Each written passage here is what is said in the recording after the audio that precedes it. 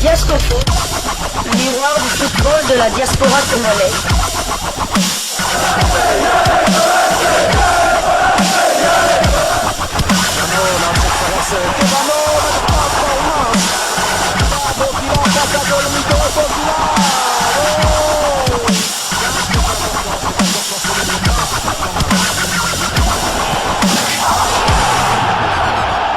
Diasco Foot, le miroir du football de la diaspora congolaise.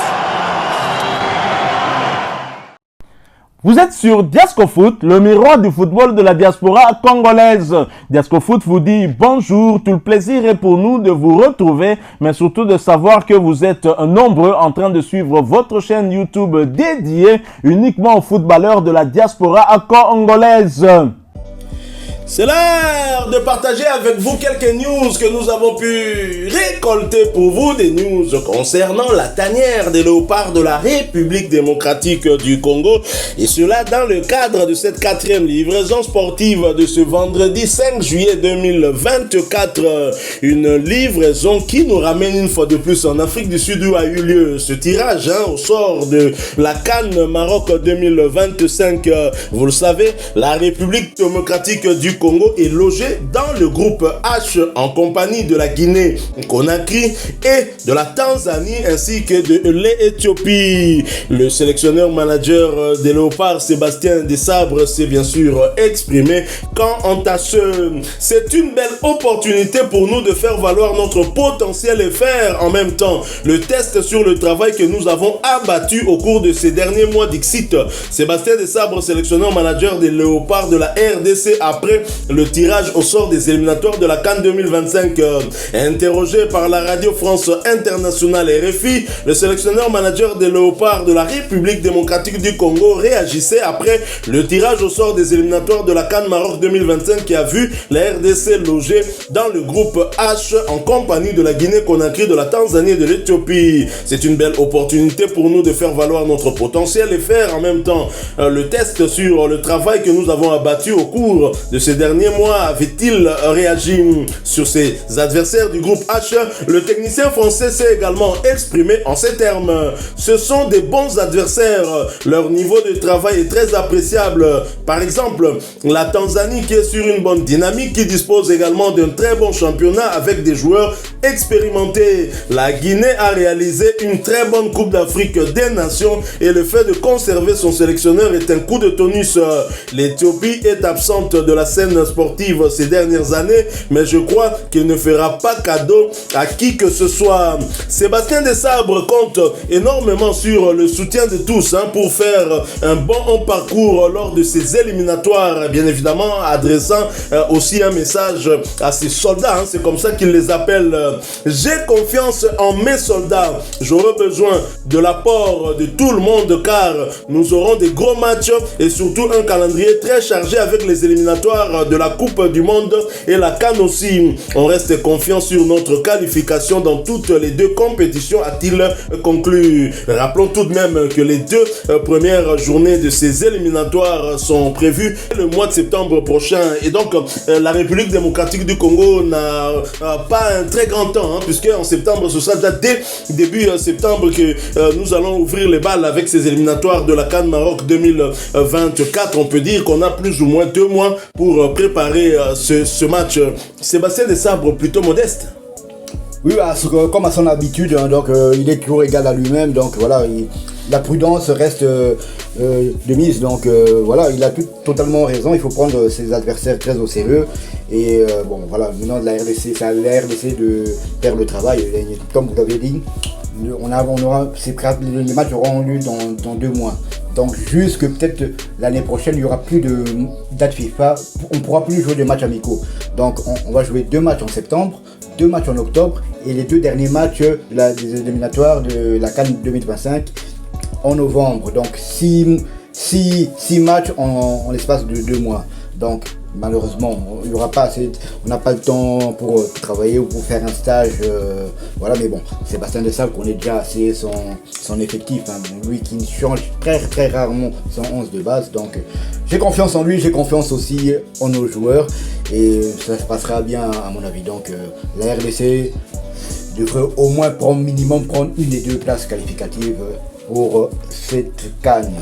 Alors, on aura 6 matchs, hein? 2 matchs en septembre, 2 matchs en octobre, 2 matchs en novembre, c'est ça. Ouais. 6 matchs, je crois 6 matchs, on aura fait le tour de ces éliminatoires parce qu'il y aura 6 matchs pour chaque nation. Mais des matchs en septembre, octobre, novembre, est-ce que, là je parle pour tout le monde, hein, pour toutes les équipes engagées évidemment dans ces éliminatoires, est-ce que les joueurs seront en forme? Le championnat reprenne quand? Certains championnats, par exemple, comment il s'appelle, Fiston Kalalama, il est déjà en activité, il est à pied d'œuvre, il joue. Donc, sinon, en gros, les championnats européens, vu qu'il y a l'Euro, il y a la Copa et il y a les Jeux Olympiques, donc disons mi-août, fin août, au plus tard, les championnats vont débuter. C'est vrai, vous faisiez bien de le souligner. Imaginez un joueur qui reprend la compétition fin août.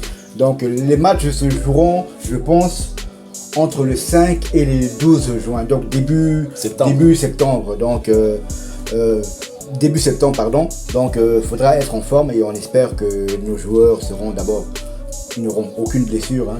On espère qu'on ne va pas perdre encore des joueurs comme on l'a perdu Bakambu et Lionel Passinizaou et que tous nos joueurs seront en forme pour affronter ces 6 matchs marathon.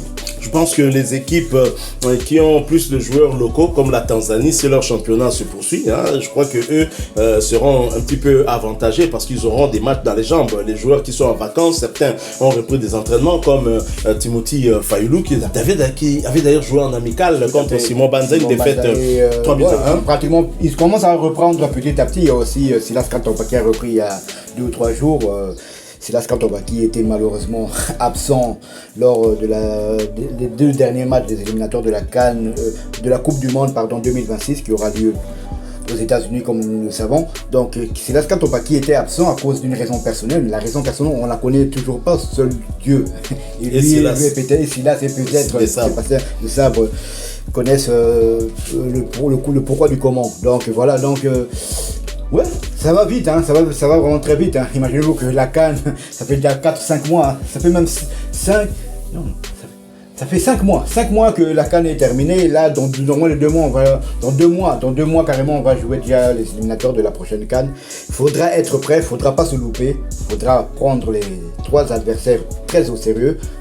Rappelons-nous encore, je le répète encore, rappelons-nous qu'en 2019, avec le Sénégal, nous étions dans une poule facile aussi, entre guillemets, avec le Gabon, avec la Gambie et avec l'Angola. Et nous avons terminé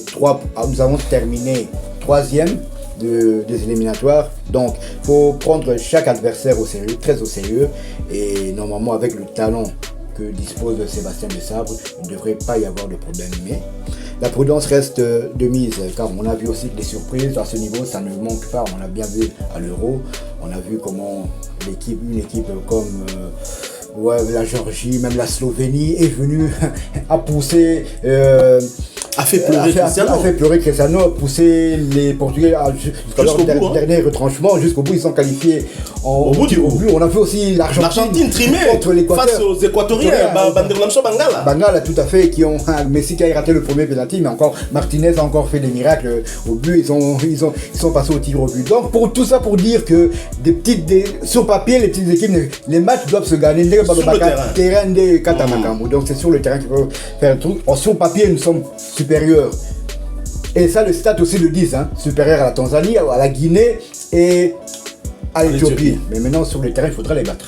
Et autre avantage pour le sélectionneur manager des Léopards, Sébastien Desabre, c'est que sur les 3 adversaires des Léopards, il connaît 2 adversaires personnellement, puisque les ayant affrontés, c'était lors de la dernière CAN en match officiel. Donc avec la Tanzanie, c'était 0 but partout, un match où les Léopards devaient chercher une victoire, mais le minima permettait aussi de se qualifier avec ce nul de 0 but partout. Et la Guinée-Conakry, où les Léopards ont fait montre de beaucoup de caractère, hein, un match où il y avait de la pression, puisque Kaba Diawara, avant ce match, le sélectionneur guinéen, ancien international guinéen aussi, s'était exprimé justement pour parler du Fimbu, bien évidemment. Lui voulait que le Fimbu se retourne contre les Congolais, et malheureusement pour lui, ils ont été chicotés copieusement, mais le match avait plutôt bien démarré pour eux, hein, avec Bayo, je crois, qui inscrivait un but sur penalty, penalty provoqué du reste par lui-même, hein, une faute de Chancel Mbemba, et Chancel Mbemba qui va remettre rapidement